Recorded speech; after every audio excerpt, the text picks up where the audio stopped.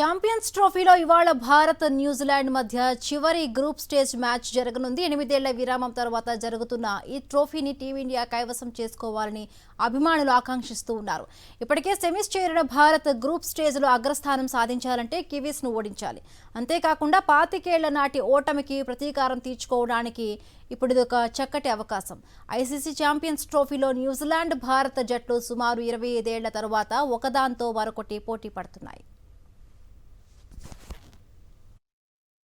Champions ట్రోఫీలో ఇవాళ Bharat New Zealand మధ్య చివరి గ్రూప్ స్టేజ్ మ్యాచ్ జరగనుంది. 8 ఏళ్ల విరామం తర్వాత జరుగుతున్న ఈ ట్రోఫీని టీమిండియా కైవసం చేసుకోవాలని అభిమానులు ఆకాంక్షిస్తూ ఉన్నారు.